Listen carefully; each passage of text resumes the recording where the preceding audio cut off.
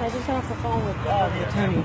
He said that he needs to know why they shut the event down if the contract states that they have till the day of the event to get paid, and the event is scheduled from 1 to 10. So he says legally, why? What was the reasons for shutting it down if the contract states not to be paid before, during, but it states today? Al wants to know what their reason for shutting it down was. That gentleman right there. He says they need to state the reason so that we can start filling out the paperwork.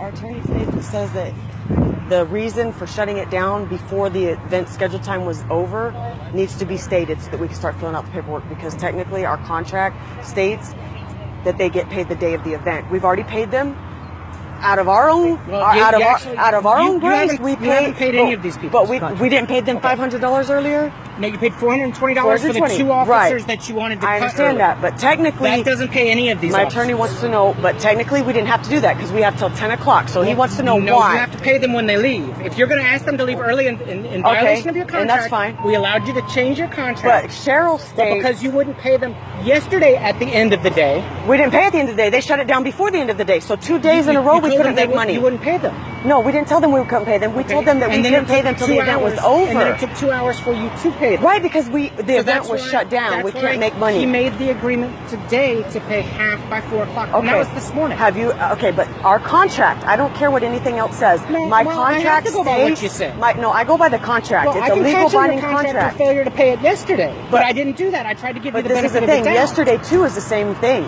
They should not have been paid or threatened for us to pay them before our event was over. So when they started doing that, so the event got closed down. misunderstanding. Okay, what am I misunderstanding? The fact that you closed our event? If it says, because what you're saying is you can be paid at the end of the day. Right, they have the day of the event to get paid, but they shut it down yesterday. Okay, so apparently we didn't communicate. Okay, I'll give you that. Okay. You had one impression, which was at the end of the day. We had one impression, which is at the beginning of the day. But it says day of. I recognize so what would that mean? There's anytime during that day, it's an unfortunate gray area. I'll give you that. That's not legal. All right? Sorry. If we ask for it at the beginning and you say no, then we have the right to refuse service at that point. But you don't, because we haven't done anything. So right? It's okay for you to start service and then deny it later when our event's not over. These people have put in a lot of money. They're registering their cars. We gave them money to the officers. Right? Even you said it's during the day. You wanted to interpret it as the end of your event day. All right? Some of the officers for yesterday were scheduled to go home before 10 o'clock. Therefore, it was the end of their day.